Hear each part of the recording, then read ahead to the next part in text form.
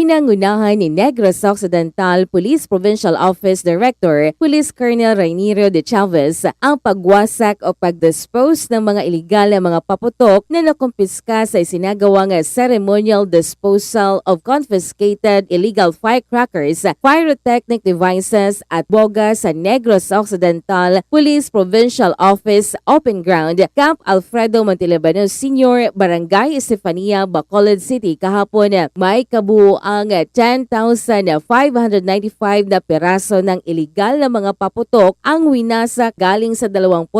na iligal na operasyon ng paputok na isinagawa noong December 16, 2024 hanggang January 3, 2025 na nagkakahalaga sa 88,895 pesos. Ang nasabing ceremonial disposal ay dinaluhan din ni Mark Andrew Shervo, registered nurse na kinatawan ng Department of Health, Deputy Provincial Director for Administration, Police Lieutenant Colonel Ariel Pico, Deputy Provincial Director for Operations, Police Lieutenant Colonel Mark Ivan Salvo, Provincial Fire Marshal ng Bureau of Fire Protection, Fire Superintendent Minandro Bastian, Exclusive Ordnance Division at iba pang mga miyembro ng Negros Occidental Police Provincial Staff at Personnel. Ito si Jennifer Carikitan para sa Radyo, Alternatibo Balita, Nationwide.